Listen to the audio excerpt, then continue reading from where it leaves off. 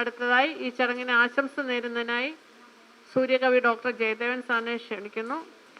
ബഹുമുഖ പ്രതിഭകളുടെ പങ്കാളിത്തം കൊണ്ടും സജ്ജന സാന്നിധ്യം കൊണ്ടും ധന്യമായ ഈ പരിപാടിയുടെ അധ്യക്ഷൻ ഭാരത സേവ സമാജിൻ്റെ അമരക്കാരൻ ഡോക്ടർ ബാലേന്ദ്രൻ സാർ, ഭാരത സേവ സമാജിൻ്റെ മറ്റു പ്രവർത്തകർ, ഇവിടെ പങ്കെടുത്തിരിക്കുന്ന പ്രിയമുള്ള സഹോദരി സഹോദരന്മാരെ,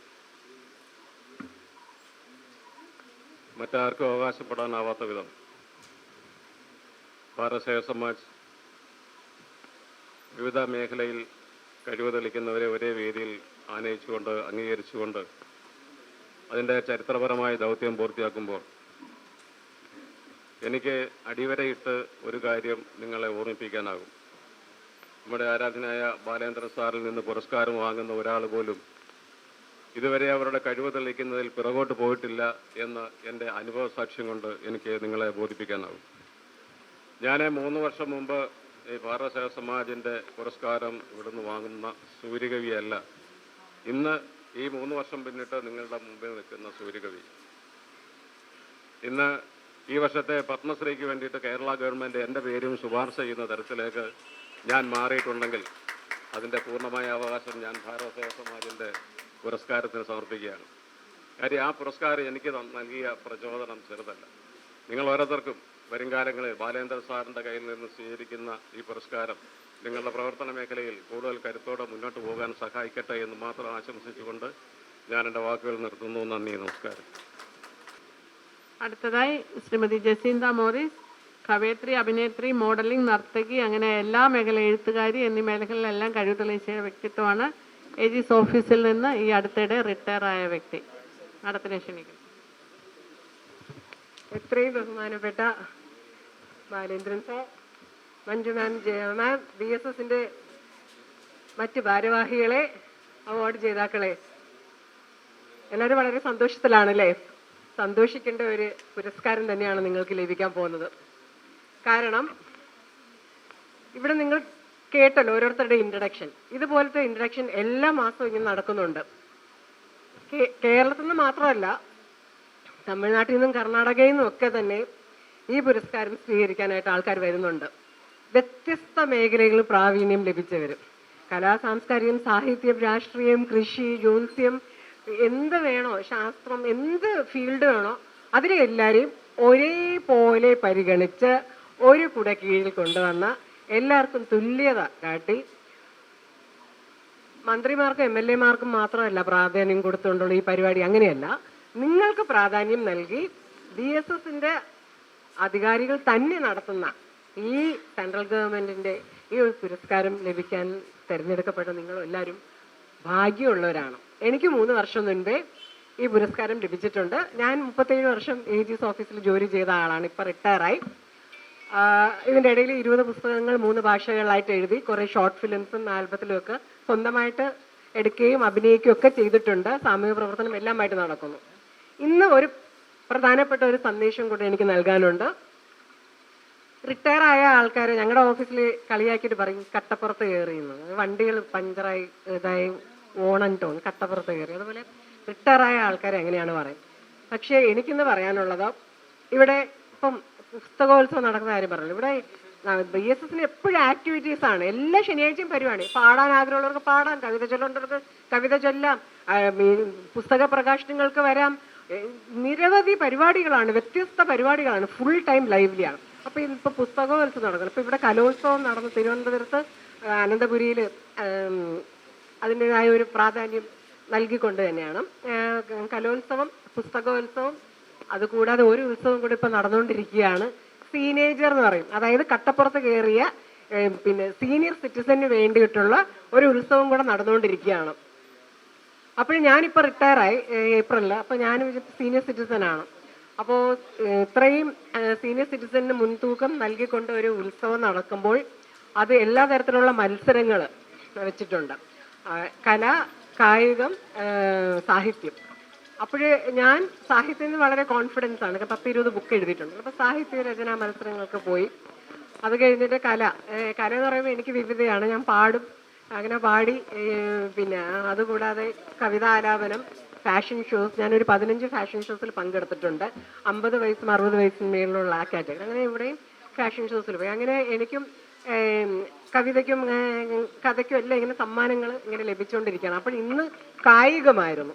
അപ്പം എനിക്ക് ഒരിക്കലും ഇഷ്ടമില്ലാത്ത, ഞാൻ ഭയക്കുന്ന ഒരു ഫീൽഡാണ് കായികയോ. ആരെങ്കിലും പറഞ്ഞുകൊണ്ട് കൈ കാലൊടിഞ്ഞ വയസ്സംഗം തുടങ്ങി പ്ലാസ്റ്റർ ഇട്ടിരുന്ന എഴുന്നേക്കാൻ പറ്റാത്ത ഒരവസ്ഥ. പക്ഷെ എങ്കിലും എനിക്കതിന് പോകണമെന്ന് തോന്നി. പങ്കെടുക്കാൻ പറ്റുമോ എന്ന് ശ്രമിക്കാമെന്ന് വിചാരിച്ചു. പോയപ്പോൾ ആക്ച്വലി ഇതിനെല്ലാം തന്നെ ഓഫീസിലായാലും കോളേജിലായാലും സ്കൂളിലായാലും പങ്കെടുക്കാനുള്ളതിനേക്കാൾ കൂടുതൽ ജനങ്ങളാണ്. കാര്യം തിരുവനന്തപുരത്തെ മുഴുവനും സീനിയർ സിറ്റിസൺ ആണ് ഈ പരിപാടികൾക്കൊക്കെ വരുന്നത്. അങ്ങനെ സ്റ്റേഡിയത്തിൽ രാവിലെ ഞാൻ 7 മണിക്ക് എത്തിയപ്പോഴത്തേക്ക് അവിടെ 6 മണി 6:30 മുതലേ സീനിയർ സിറ്റിസൺ വന്ന് ഇരിക്കുവാണ് പങ്കെടുക്കാനായിട്ടും. നടത്ത മത്സരം സ്ത്രീകൾ ഇഷ്ടം പോലെ. അങ്ങനെ ഞാനും ആദ്യമായിട്ടാണ് ട്രാക്കിൽ ഇറങ്ങുന്നത്. ഞാനും ഇതിനു വേണ്ടി ഒരു ഇതൊക്കെ ടീഷർട്ടും പിന്നെ ഇത് സ്നാക്സും എല്ലാം മേടിച്ചിട്ട് ഞാനും ഷൂസും ഒക്കെ ആയിട്ട് ഇട്ട് ഇറങ്ങി. ഇഷ്ടം പോലെ പേര്. ആദ്യം എത്രയാണ് നടക്കേണ്ടത് അപ്പോഴാണ് അറിഞ്ഞത്. 2000 മീറ്റേഴ്സ് എന്ന് പറയുമ്പം സ്റ്റേഡിയത്തിൻ്റെ 5 റൗണ്ടാണ്. അപ്പോൾ ഞാൻ ആദ്യത്തെ റൗണ്ടിലെ മിക്കവാറും വീട്. പക്ഷേ ഡോക്ടേഴ്സും നേഴ്സും എല്ലാം റെഡിയാണ്, അത് അവർ നോക്കിക്കൊള്ളും എന്നൊക്കെ വിചാരിച്ച് എന്തായാലും നടക്കാമെന്ന് വിചാരിച്ചു. ഞാനും അപ്പോൾ ആമയും മുയലും ഇതിന് വോട്ടർ മത്സരത്തിൽ ഞാനും നടന്നു. ഫസ്റ്റ് റൗണ്ട് കഴിഞ്ഞു, സെക്കൻഡ് റൗണ്ട് കഴിഞ്ഞു. ഭയങ്കര സ്പീഡിൽ നടക്കുന്നു ലേഡീസ്. 60 വയസ്സ് കഴിഞ്ഞവർ, 70 വയസ്സ് കഴിഞ്ഞവരെല്ലാവരും. എനിക്കത് ഭയങ്കര ഒരു കാഴ്ചയായിരുന്നു, ഒരു അനുഭവമായിരുന്നു. ഒരു റൗണ്ടിൽ വീഴുമെന്ന് വിചാരിച്ച് ഞാൻ വീണില്ല. 5 റൗണ്ട് പൂർത്തിയാക്കി. സമ്മാനങ്ങളൊന്നും ഇല്ലായിരുന്നു. അപ്പോഴ് ഞാൻ നോക്കിയപ്പോഴത്തേക്ക് javelin throw, shot put throw ഇതൊന്നും ഞാൻ പങ്കെടുത്തിട്ടേ ഇല്ല. പക്ഷേ ഞാൻ വിചാരിച്ചു ഇനിയിപ്പോൾ ഈ നടത്താൻ ഇനി ഓടാനൊന്നും എന്നെ കൊണ്ട് കാല് രണ്ടും കഴിക്കും, ഭയങ്കര വേദന. അതുകൊണ്ട് ഞാൻ വിചാരിച്ചു ഞാൻ ത്രോ എങ്കിലും സ്പോണ്ടിലോസിസ് ഉള്ള ആളാണ്, കൈയൊക്കെ അങ്ങനെ എന്നാലും എറിഞ്ഞു നോക്കാം. അങ്ങനെ ജാവലിൻ ത്രോയിലും ഷോർട്ട് പുട്ട് ത്രോയിലും 2 ഫസ്റ്റ് എനിക്ക് കിട്ടി. അപ്പൊ കായിക രംഗത്ത് 60 വയസ്സ് കഴിഞ്ഞാലും നമ്മളൊന്ന് പരിശ്രമിച്ചാൽ, കട്ടപ്പുറത്ത് ഇരിക്കാതെ, നമ്മൾ സീനിയർ സിറ്റിസൺസിനോടാ പറയുന്നത്, എന്തെങ്കിലുമൊക്കെ ശ്രമിച്ചാൽ അതിന് ഒരു പക്ഷേ നമുക്ക് സമ്മാനം ഉണ്ടായിരിക്കും. അതുപോലെ തന്നെ നിങ്ങൾ ചുറ്റുവട്ടം നിങ്ങളുടെ ഇന്നിപ്പോൾ ഈ പുരസ്കാരം ജേതാക്കൾ ചുറ്റുവട്ടം നോക്കുക. നിങ്ങളുടെ ചുറ്റിനും പലപ്പോഴും പലരും കട്ടപ്പുറത്തിരിക്കുന്നുണ്ടാകും, അല്ലെങ്കിൽ പലപ്പോഴും പല രീതിയിലുള്ള കഴിവുകളുള്ളവർ ആരും അറിയാതെ പോകുന്നവരുണ്ടാകും. നിങ്ങൾ, എൻ്റെ ഒരു വലിയ അഭിമാനപൂർവ്വം പറയാം, കഴിഞ്ഞ 3 വർഷമായിട്ട് ഞാൻ എല്ലാ മാസവും കുറേ പേരുടെ പേരുകൾ ഇവിടെ റെക്കമെൻഡ് ചെയ്ത് അവർക്ക് ഈ പുരസ്കാരം ലഭിക്കാറുണ്ട്. ഇപ്രാവശ്യവും ഉണ്ട്. അതുകൊണ്ട് നിങ്ങൾ ഇപ്പോൾ പുരസ്കാര ജേതാക്കൾ നിങ്ങൾ ചെയ്യേണ്ടത്, നിങ്ങളെക്കാൾ കഴിവുള്ളവരും നിങ്ങളെപ്പോലെ കഴിവുള്ളവരും അല്ലെങ്കിൽ ചിലപ്പോൾ ശ്രദ്ധിക്കപ്പെടാത്തവരും നിങ്ങളുടെ ചുറ്റുപാടുമുണ്ടാകും. അവരെ നമ്മൾ കൊണ്ടുവരണം, ഈ പുരസ്കാരത്തിന് അർഹരാക്കണം. അങ്ങനെ കൂടുതൽ കൂടുതൽ ഈ പ്രഭ ഇങ്ങനെ പടരട്ടെ. ആ ഒരു പോസിറ്റീവ് വൈബ്സ് ആണ് നമ്മുടെ ജീവിതം എല്ലാം കൗണ്ടബിൾ ഡേയ്സ് ആണ്. ഈ കൗണ്ടബിൾ ഡേയ്സിൽ നമ്മൾ എത്രമാത്രം പ്രഭ ചൊരിയാൻ കഴിയുമോ, മറ്റുള്ളവർക്ക് സന്തോഷം പകരാൻ കഴിയും, അത് ചെയ്യുക. എല്ലാവർക്കും ആശംസകൾ.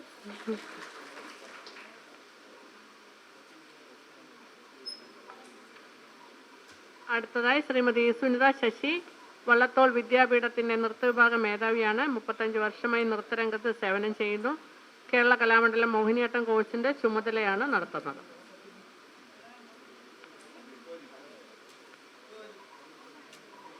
എല്ലാവർക്കും നമസ്കാരം. ഇവിടെ ഇരിക്കുന്ന സാറിനും അതുപോലെ പ്രമുഖ വ്യക്തികൾ വേദിയിലിരിക്കുന്ന അവർക്കെല്ലാവർക്കും എൻ്റെ നമസ്കാരം. ഞാൻ 2 മാസം മുമ്പേ ആണ് ഈ BSSന്റെ ഈ അവാർഡ് വാങ്ങിക്കാൻ എനിക്ക് സാധിച്ചത്. ഇപ്പോൾ 2 മാസമായിട്ടും എനിക്കറിയുന്ന ഇതിനെ അംഗീകരിക്കാൻ ഒരുപാട് അർഹതയുള്ളവരെ എനിക്ക് കൊണ്ടുവരാൻ സാധിച്ചിട്ടുണ്ട്. പിന്നെ ഇത്രയും നല്ലൊരു ചേർത്ത് പിടിക്കൽ എന്ന് പറയാം. കാരണം BSS ഭാരത സേവിക്കുന്നവരെ ചേർത്ത് പിടിക്കുക, അത് ഞാനിവിടെ വന്നപ്പോൾ ഒരുപാട് വിശിഷ്ട വ്യക്തികളെ എനിക്ക് കാണാനും അവരുടെ ഈ കാര്യങ്ങൾ കൂടുതൽ അറിയാനും സാധിച്ചപ്പോൾ ഒരുപാട് സന്തോഷം തോന്നി. അതിനൊക്കെ ചേർത്ത് പിടിച്ച സിന്ധു മേഡം എപ്പോഴും വിളിക്കും. അവർ ഓരോരുത്തരെയും വിളിച്ചാലും ഓരോരുത്തരും എത്ര പ്രാവശ്യം വിളിക്കുകയെന്ന് അറിയില്ല, അത്രയും പ്രാവശ്യം വിളിച്ച് ഇത്രയും നന്നായിട്ട് ഇത്രയും നല്ലൊരു വേദിയിൽ വന്നിരുന്നിട്ട് അവർക്ക് ഈ ഒരു അവാർഡ് വാങ്ങിക്കാൻ സാധിക്കുന്നതും. പിന്നെ എനിക്ക് കൂടുതൽ സംസാരിക്കാനല്ല, നൃത്തത്തിനെ പറ്റി കൂടുതൽ എന്തെങ്കിലുമൊക്കെ ഒന്നിവിടെ കളിക്കാൻ പറഞ്ഞാൽ കളിക്കും. അത്ര കൂടുതൽ എനിക്ക് സംസാരിച്ചിട്ട് ശീലമില്ല. എൻ്റെ ഗുരുനാഥൻ ഗോപകുമാറാശാൻ ഇവിടെ ഇരിക്കുന്നുണ്ട്. അവർക്ക് മുമ്പിൽ എനിക്ക് കൂടുതൽ ഇങ്ങനെ പ്രസംഗിക്കാൻ സാധിക്കില്ല എന്ന് തോന്നുകയാണ്. അതിവിടെ ഇരിക്കുന്ന എല്ലാവരും ഇനിയും കൂടുതൽ ഈ കുറേ നമ്മുടെ വീടിനടുത്ത് ഒരുപാട് കലാകാരന്മാർ, ഇപ്പം ഞാൻ പറഞ്ഞു വന്ന കുമ്പിടിയിലാണ് ഇവർ ഈ കളമെഴുത്ത് ആ ഒരു കുമ്പിടിയിൽ നിന്നാണ് വരുന്നത്. കുമ്പിടി എന്ന് പറഞ്ഞാൽ മലപ്പുറം ജില്ലയിൽ ഞങ്ങളുടെ വീടിൻ്റെ തൊട്ടടുത്ത് കിടക്കുന്നതാണ്. വട്ടംകുളമാണ് എൻ്റെ വീട്. മലപ്പുറം ജില്ലയിൽ വട്ടംകുളം എന്ന് പറയുന്ന സ്ഥലത്താണ് എൻ്റെ താമസം. ഈ കുമ്പിടി പറഞ്ഞാൽ അതിന് തൊട്ടുള്ളതാണ്. പക്ഷെ ഇവരെ ഞാൻ പരിചയപ്പെട്ടത് ഇവിടെ തിരുവനന്തപുരത്ത് ഞാൻ ക്ലാസ് എടുക്കുന്നുണ്ട്.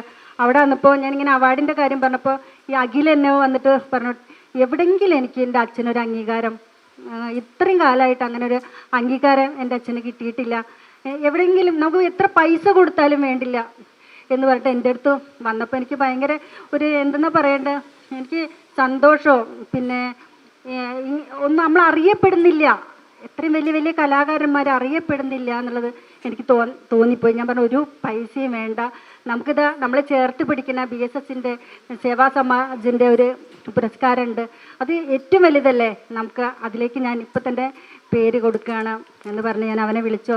അപ്പോൾ എനിക്ക് മാത്രമല്ല, എൻ്റെ അച്ഛൻ കുറേ മുന്നേ ഇതിന് വേണ്ടിയിട്ട് ആഗ്രഹിക്കുന്ന ആളാണ്, അച്ഛൻ്റെ പേരും കൊടുക്കാൻ സാധിച്ചു. അങ്ങനെ അതൊക്കെ വലിയ ഒരു ചെറിയ കാര്യങ്ങളാണെങ്കിലും അത് വലിയ ചേർത്ത് പിടിക്കലാണ്. അതെനിക്ക് ഭയങ്കര അങ്ങനെ ഓരോരുത്തരും നമ്മൾ അറിയുന്ന ഇത് നമുക്ക് കിട്ടിക്കഴിഞ്ഞാൽ അത് നമ്മളെ മാത്രമായിട്ട് കൊണ്ടുവയ്ക്കാതെ നമ്മളിൽ കുറേ ഇപ്പം ഞാൻ ഒന്നുമല്ല, ഇവിടെ ഇരിക്കുന്ന ഓരോ വ്യക്തികളുടെ ബയോഡേറ്റ കേട്ടപ്പോൾ ഒന്നും അല്ല സത്യത്തിൽ. അപ്പോൾ എനിക്ക് അവരുടെയൊക്കെ ആ ഒരു ചേർത്ത് പിടിക്കൽ ഭയങ്കര സന്തോഷമായി. എനിക്ക് പറ്റുന്ന സമയം വരെ ഇപ്പം ഞാൻ കട്ടപ്പുറത്തിരിക്കുന്ന 55-60 വയസ്സായ ഒരിക്കലും അങ്ങനെ ആവരുതാരും കാരണം ഞാൻ ഇന്ന് 55 വയസ്സായ ആളാണ്. ഞാൻ കേരളം മുഴുവനും ഓടി നടക്കണം നൃത്തത്തിൻ്റെ കാര്യത്തിൽ. എന്നെ ഏറ്റവും കൂടുതൽ എൻ്റെ അനുഗ്രഹം എന്ന് പറഞ്ഞാൽ എൻ്റെ ഗോപാശാനെ എനിക്കിവിടെ കൊണ്ടുവരാൻ പറ്റി. കാരണം ആശാൻ അറിയില്ല എത്ര ഇങ്ങനെ ഒരു സംഭവം അവിടെ ഉണ്ടായിരുന്നു. അപ്പം ഞാൻ വിളിച്ചു പറഞ്ഞു, സാർ നമുക്കത് പോവല്ലേ, ആയിക്കോട്ടെ. അതുപോലെ ഓരോരോ പിന്നെ തിരുവനന്തപുരത്തുള്ള ഒരാളാണ് നമ്മുടെ പാച്ചുരേച്ചി. കഥാപ്രസംഗം എന്ന് പറഞ്ഞാൽ എൻ്റെ കുട്ടിക്കാലത്തിലടക്കം ഞാൻ കണ്ടുപോന്നിട്ടുള്ളതാണ് മൂപ്പരുടെ കഥാപ്രസംഗം. പക്ഷേ മൂപ്പര് ഒരിക്കലും അംഗീകരിക്കപ്പെട്ടിട്ടില്ല. അപ്പം ഇങ്ങനത്തെ ഒരു വേദിയിൽ അവരെ എത്തിക്കാൻ പറ്റുക, അങ്ങനെ ഒന്ന് എനിക്ക് അറിയപ്പെടാൻ പറ്റുക, അതൊക്കെ എനിക്ക് ഭയങ്കര സന്തോഷമായി. പിന്നെ എൻ്റെ കാര്യം പറയാം, ഞാനിങ്ങനെ കേരളം മുഴുവനും സത്യം പറഞ്ഞാൽ ഇന്നലെ മലപ്പുറത്താണ്, ഇന്ന് തിരുവനന്തപുരത്ത് എത്തി, ഇനിയിപ്പോൾ നാളെ എടപ്പാളാണ്, അങ്ങനെയുള്ള ഓട്ടത്തിലാണ് ഞാൻ. അപ്പോൾ ഇപ്പം 55 വയസ്സായി, പക്ഷെ ഞാൻ കട്ടപ്പുറത്തിരിക്കാനുള്ള തയ്യാറില്ല, ഓടാൻ തന്നെയാണ്. അടുത്ത മാസം കഴിഞ്ഞാൽ ദുബായിൽ ഒരു പ്രോഗ്രാമിന് പോവുക, അങ്ങനെയുള്ള ഓട്ടത്തിൽ തന്നെയാണ്. അപ്പോൾ ആരും 55 വയസ്സ് 60 വയസ്സ് നമുക്കൊന്നുമല്ല, നമ്മൾ ആ പ്രായത്തിലേക്ക് നമ്മൾ ചുരുങ്ങി പോകരുത്. ഒരാളും വീട്ടിൻ്റെ അകത്തായിട്ട് ഉള്ള ഇരിപ്പ് വേണ്ട, എല്ലാവരും എന്തെങ്കിലും ആയിട്ട് പുറത്തിറങ്ങണം. നമ്മൾ ഒരു എന്തെന്നാ പറയുക, നമുക്കൊന്നും ചെയ്യാനില്ല അങ്ങനെ ചിന്തിക്കാതെ നമുക്ക് ചെയ്യുക, ഇതുപോലത്തെ നല്ല വേദികളിൽ നമ്മൾ എത്തിച്ചേരുക. എനിക്കിവിടെ വന്നിട്ട് എങ്ങനെ 2 വാക്ക് പറയാൻ അവസരം തന്നെ സിന്ധു മേഡത്തിന് തന്നെ എനിക്ക് ഭയങ്കര സന്തോഷം തോന്നും. കാരണം വെച്ചാൽ ഒരു വ്യക്തിനെ വിളിച്ചിട്ട് കിട്ടിയില്ലെങ്കിൽ ടീച്ചറെ അവരെ കിട്ടിയിട്ടില്ല കേട്ടോ, പിന്നെയും വിളിക്കണം. പക്ഷെ ഇതിൻ്റെ ഇത്രയും മഹത്തായൊരു സംഗതിക്കാണ് വിളിക്കണമെന്ന് അവിടെ ഇരിക്കണവർക്ക് അറിയണില്ല. പക്ഷെ ഇവിടെ വന്നു കഴിയുമ്പോഴാണ് ഇത്രയും വലിയൊരു ചടങ്ങിലേക്കാണ് നമ്മൾ വരുന്നത്, ഇത്രയും വലിയൊരു കാര്യങ്ങൾ നമ്മൾ ഇത്രയും നന്നായിട്ട് ചെയ്യാൻ കഴിയുന്നുണ്ട്. അതൊക്കെ സിന്ധു മേഡത്തിന് എനിക്ക് അവരെ മാത്രമേ അറിയുള്ളൂ, ഇവിടെ ഇരിക്കണ അത്ര പരിചയമില്ല. ഇവരുടെ വാക്കുകളൊക്കെ എനിക്ക് ഭയങ്കര സന്തോഷമുണ്ട്. അപ്പോൾ ഞാൻ കൂടുതൽ പറയണില്ല. എല്ലാവർക്കും നന്ദി, നമസ്കാരം. നമ്മുടെ ഈ അവാർഡ് ദാനം നടത്തുകയും BSSൻ്റെ ദേശീയ ചെയർമാനുമായ ഏറ്റവും ആദരണീയനായ ബാലേന്ദ്രൻ സാറ്, മറ്റ് BSSൻ്റെ ഭാരവാഹികളെ, സുഹൃത്തുക്കളെ, നമുക്കറിയാം ഈ വേദിയിൽ നിൽക്കുമ്പോൾ എനിക്ക് വളരെ സന്തോഷമുണ്ട്.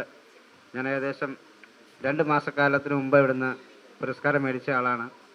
ഇന്ന് ഈ അവാർഡ് കിട്ടിയവരോട് എനിക്ക് പറയാനുള്ളത്, നമുക്ക് സമൂഹത്തിലെ ഏറ്റവും താഴെത്തട്ടിലുള്ളവരെ ഉയർത്തുവാനും സമൂഹത്തിലെ കഷ്ടപ്പെടുന്നവരെ സഹായിക്കുവാനും ഒക്കെ ആയിട്ട് നിങ്ങൾക്ക് ഒരു പ്രചോദനമായി അവാർഡ് മാറ്റി എന്ന് ആശംസിച്ചുകൊണ്ട് നിർത്തുന്നു. നന്ദി, നമസ്കാരം.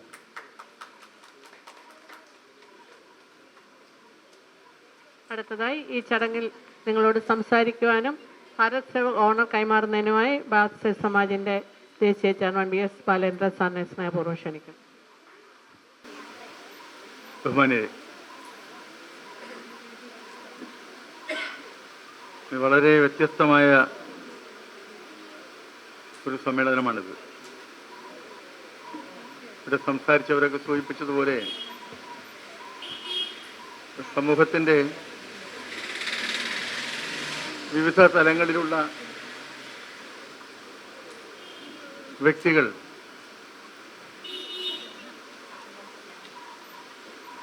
ഒന്നിച്ചുകൂടുന്ന ഒരു വേദിയായിട്ടാണ് ഇവിടെ ഈ ഭാരത് സേവക് ഉപഹാരം നൽകുന്ന ചടങ്ങ് സംഘടിപ്പിച്ചിരിക്കുന്നത്. ഞാൻ സംസാരിക്കുന്നതിന് മുമ്പ് ഒന്ന് രണ്ട് കാര്യങ്ങൾ ചോദിക്കാൻ ആഗ്രഹിക്കുകയാണ്. ഒരു സമ്മാനതരം, ഇവിടെ വെള്ളം നിന്ന് കുടിക്കുന്ന എത്ര ആൾക്കാരുണ്ടെന്ന് കൈവക്കാമോ? വെള്ളം നിന്ന് കുടിക്കുന്ന ആൾക്കാർ എത്ര പേരുണ്ട്? കൈവക്കാമോ? 1 2 3 4 5 6 7 8 9 10 11 വരെ 10 പേര് 11 വരെ ഉള്ളു.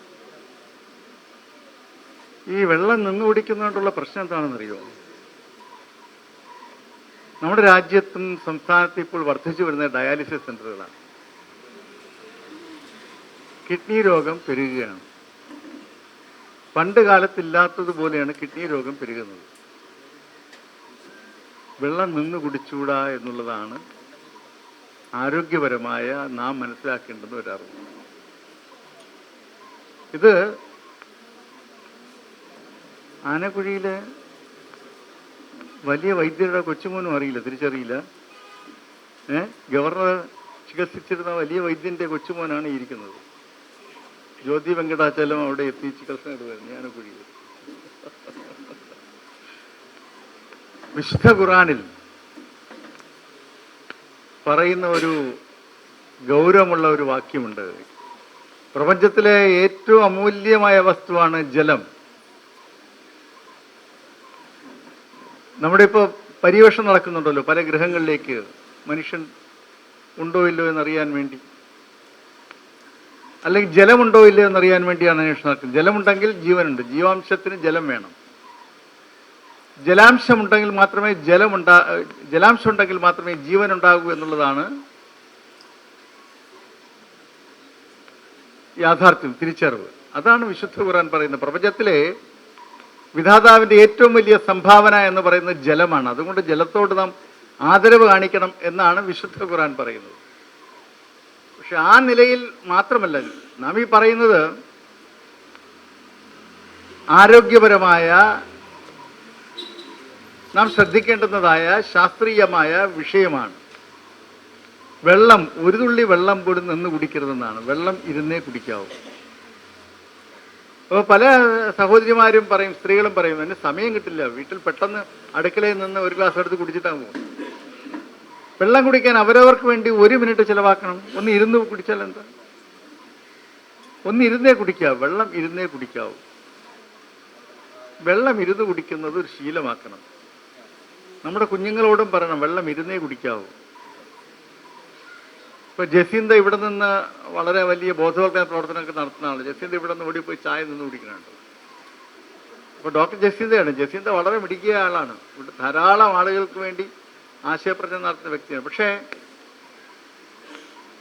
അപ്പോഴാണ് എനിക്ക് തോന്നിയത് ഈ വെള്ളം കുടിക്കുന്നതിനെ കുറിച്ചൊന്ന് പറയണ്ടേ എന്ന്. കാരണം വെള്ളം നിന്ന് കുടിക്കുന്നത് ഏറ്റവും അപകടകരമായ കാര്യമാണ്.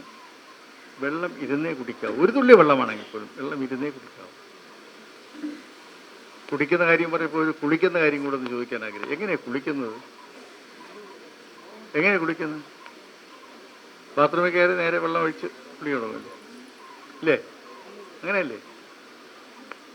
കയറി ചെന്ന് അപ്പം തന്നെ വെള്ളം ഒരു ഒഴിച്ച്. കാരണം ബാത്റൂമിലാണ് നിരവധി ആളുകൾ ഹാർട്ട് അറ്റാക്ക് വന്ന് മരിച്ചു വീഴുന്നത്, ഇല്ലേ? സ്ട്രോക്ക് വരുന്നു. ക്ലോസറ്റ് ഇരുന്നിട്ട് അഴിക്കാൻ പറ്റത്തില്ല, ഒരു ഭാഗം സ്ട്രോക്കായി പോകുന്നു. വലത് കാലം ഇടത് കാലം അനക്കാൻ പറ്റാത്ത അവസ്ഥയായി. ഇതെന്തുകൊണ്ട് സംഭവിക്കുന്നു എന്നുള്ളതാണ്. നമ്മൾ ബാത്റൂമിൽ കയറുമ്പോൾ കുളിക്കേണ്ടുന്നത് തലയിലല്ല ആദ്യം വെള്ളം ഒഴിക്കേണ്ടത്. നമ്മുടെ കാല് താഴെ നിന്ന് തണുപ്പിച്ച് മുകളിലേക്ക് വന്നിട്ട് അവസാനം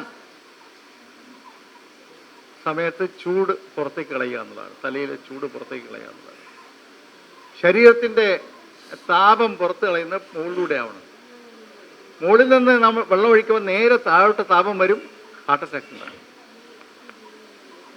അതുപോലെ ആ കാലിലേക്ക് പോകുമ്പോഴാ കാല് വിണ്ട് കയറാറുണ്ടല്ലോ, വളരെ വല്ലാണ്ട് വിണ്ട് കയറാറുണ്ട്. കാരണം ഈ താപം താഴേക്ക് പോകുമ്പോൾ കാല് വിണ്ട് കയറാറുണ്ട്. ഇത് ഒഴിവാക്കാൻ നാം കുളിക്കുന്നത് താഴെ നിന്ന്, ശരീരത്തിൻ്റെ താഴെ നിന്ന് കുളിക്കാൻ കുറച്ച് സമയം എടുക്കണം. 10-15 മിനിറ്റ് എടുത്തൊന്നും അല്ല 20 മിനിറ്റ് എടുത്തൊന്നും കുഴപ്പമൊന്നുമില്ല. 1 മിനിറ്റോടെ കുളിച്ചിട്ട് ഓടണം ഒരു നിർബന്ധമല്ല, ഉണ്ടോ?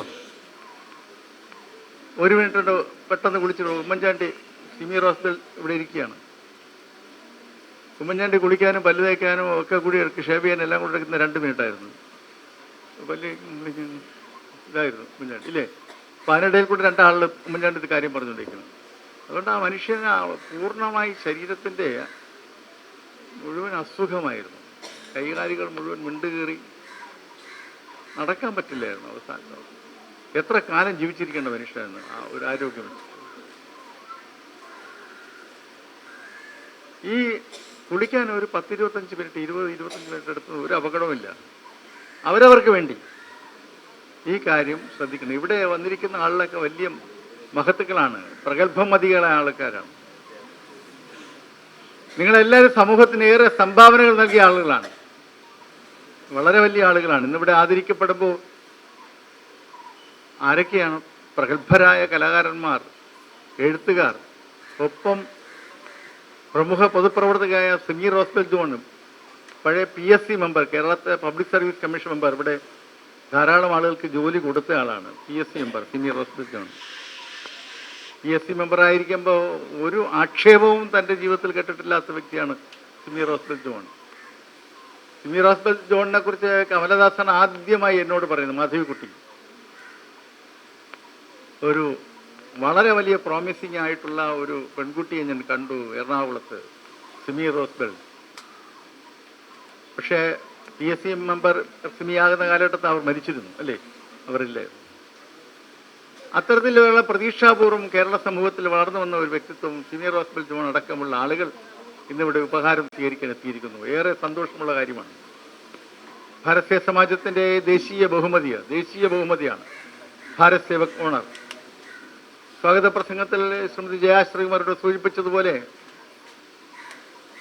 ജീവിതത്തിൻ്റെ വിവിധ തുറകളിൽ അമൂല്യമായ സംഭാവനകൾ നൽകിയിട്ടുള്ള മഹത് വ്യക്തികളെ കണ്ടെത്തി അവരെ ആദരിക്കുക എന്നുള്ളതാണ്.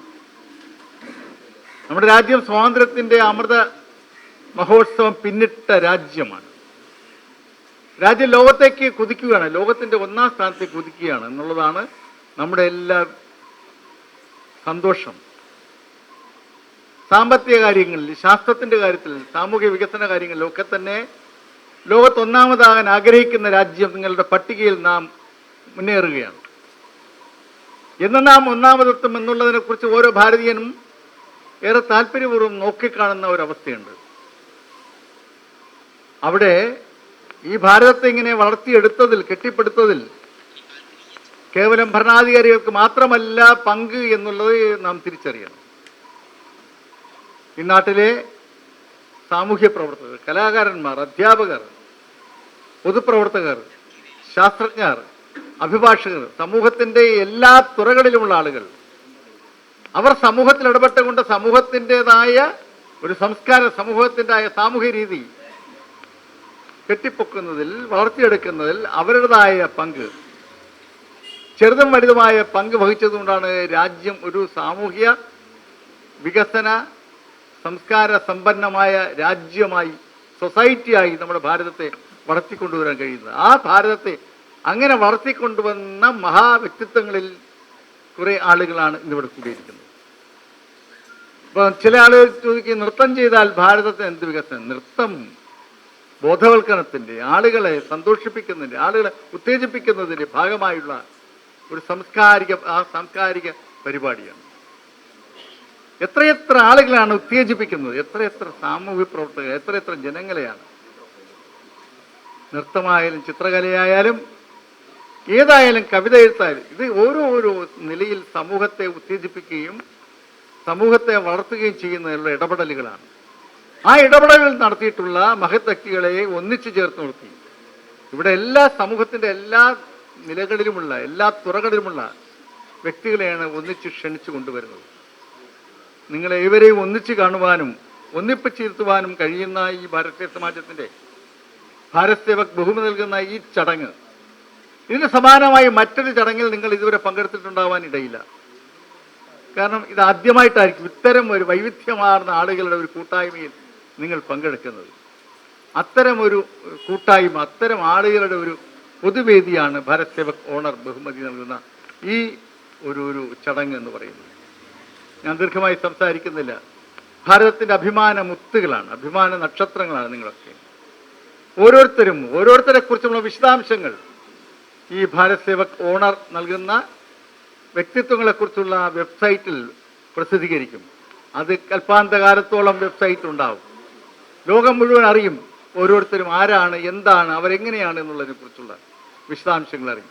അങ്ങനെ ഈ വ്യക്തിത്വങ്ങളെ ലോകം അറിയിക്കുവാനും ലോകത്ത് അറിയിപ്പിക്കുവാനും ഇവരെല്ലാമാണ് ഭാരത് സേവകരായി ഈ രാജ്യത്ത് നിൽക്കുന്നത് എന്നുള്ള ആ നന്മയുടെ വെളിച്ചം ലോകത്ത് ബോധ്യപ്പെടുത്തുവാനും കഴിയുന്ന ഒരു ചടങ്ങാണിത്.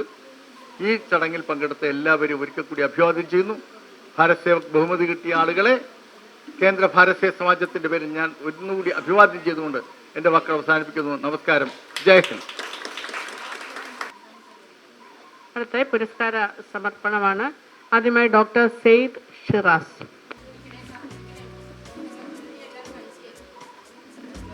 Shri Mujeeb Rahman,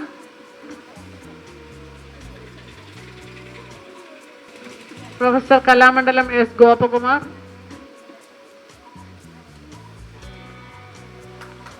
Shri N K Neelakantan, doctor Nishant Thoppil,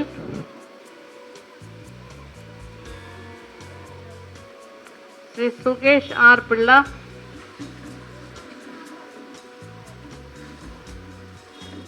Shri Anakkuzhi Mushad,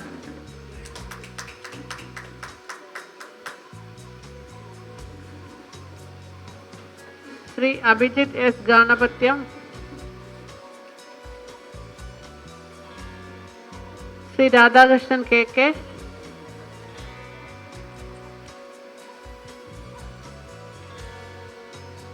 Shri Pooja Antony,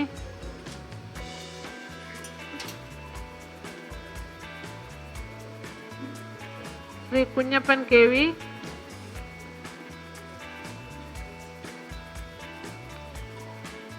Shrimati Simi Rosebell John,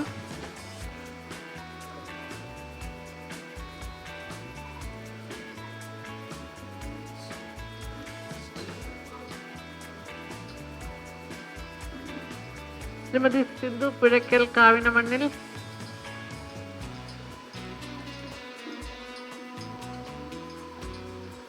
Shrimati Sreeja Suresh,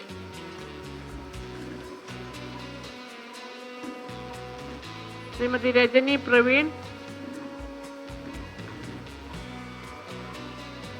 Shri Chalakkara Purushu, Shri Prabhakaran T K,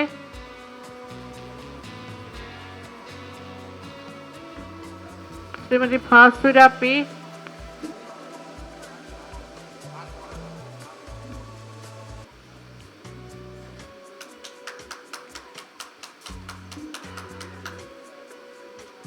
Shrimati Lisha Raghavan,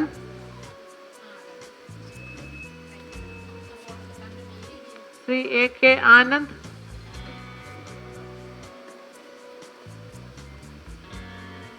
Shrimati Rajasree J,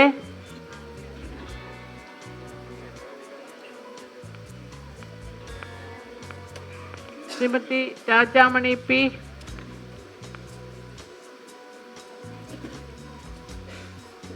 Shri Chirakkal Raju S R,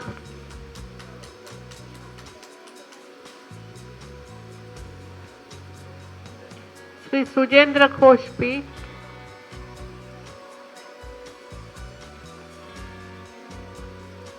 Shri Ajith Pattiam,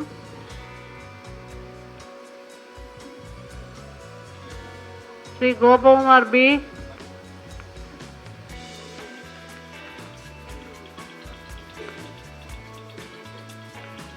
Sri Varghese Paul,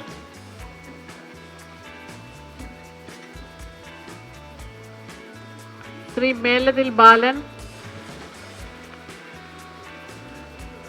Srimati Ranjini R.S., Sri Vasanta S. Pilla, Srimati Vasanta S. Pilla,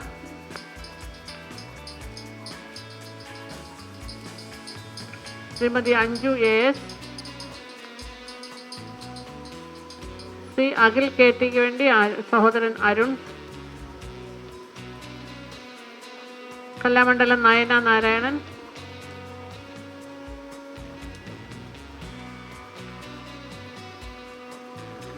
Shrimati Bindu V S,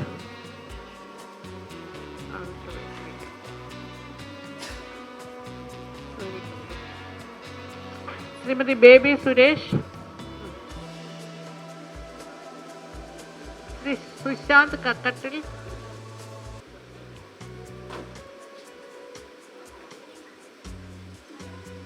Shrimati L K Lathadevi,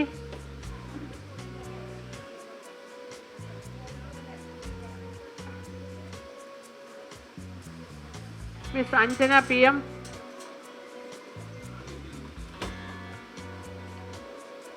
Shri Priyadarshan, Shrimati Bindulekha,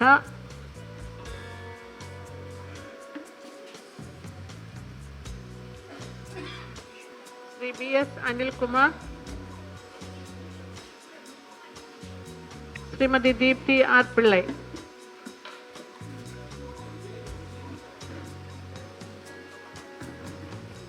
ഇതോടുകൂടി ഇന്നത്തെ ഭാരത് സേവക് ഉപഹാര സമർപ്പണ ചടങ്ങ് അവസാനിക്കുകയാണ്. ഈ ചടങ്ങിന് നന്ദി പറയുന്നതിനായി ഭാരത് സേവക് സമാജിന്റെ അസിസ്റ്റന്റ് ഡയറക്ടർ TP വിനോദിനെ ക്ഷണിക്കും.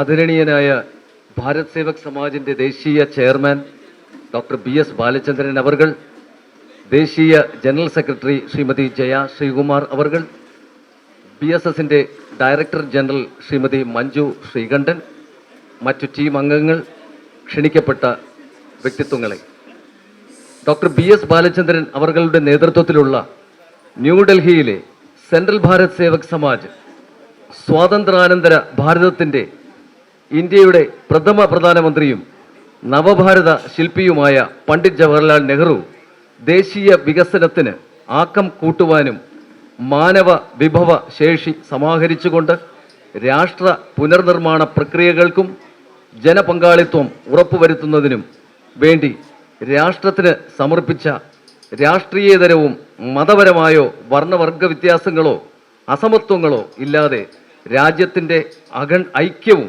അഖണ്ഡതയും എക്കാലവും നിലനിർത്തുവാൻ ഉദ്ദേശിച്ചുകൊണ്ട് രാജ്യത്തിന് സമർപ്പിക്കപ്പെട്ട ഈ മഹാപ്രസ്ഥാനത്തിൻ്റെ മികവ് ഇന്ന് പാർശ്വവൽക്കരിക്കപ്പെട്ടു പോയ വലിയ ഒരു ജനവിഭാഗത്തെ സമൂഹത്തിൻ്റെ മുഖ്യധാരയിൽ വിദ്യാഭ്യാസപരമായും സാമൂഹ്യപരമായും എത്തിക്കുവാൻ കഴിഞ്ഞു എന്നത് BSS അഭിമാനിക്കുമ്പോൾ, അതിന് പങ്കാളിത്വം വഹിച്ച ഈ രാജ്യത്തെ സാമൂഹിക സേവന രംഗങ്ങളിലും പ്രവർത്തിക്കുന്ന രാജ്യസ്നേഹികളും ആത്മാർപ്പണ ബോധമുള്ള വ്യക്തിത്വങ്ങളെയും ദേശീയ തലത്തിൽ ആദരിക്കുവാൻ ഭാരത് സേവക് സമാജിൻ്റെ ദേശീയ ചെയർമാൻ തീരുമാനിച്ചു, നടപ്പിലാക്കി വരുന്നതും കേരളത്തിലും മറ്റു സംസ്ഥാനങ്ങളിലും BSSന്റെ ദേശീയ പുരസ്കാരം നൽകി വരുന്നതിനോടൊപ്പം ഇന്ന് BSSന്റെ സെൻട്രൽ പ്രോഗ്രാം ഓഫീസിലെ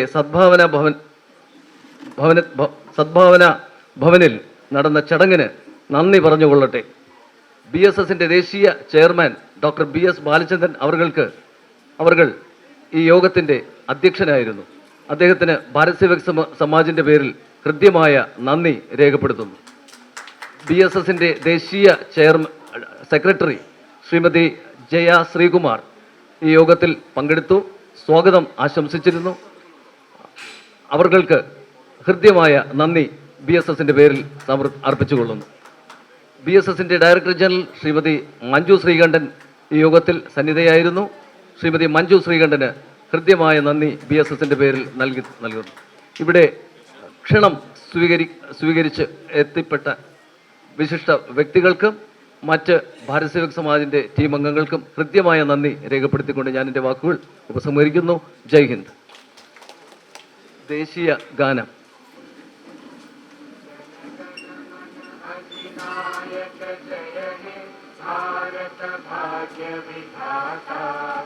पंजाब सिंध गुजरात मराठा द्राविड उत्कल गंगा विंध्य हिमाचल यमुना गंगा उच्चल जलधि तरंगा तव शुभ नामे जागे तव शुभ आशीष मांगे गाहे तव जय गाथा जन गण मंगलदायक जय हे भारत भाग्य विधाता जय हे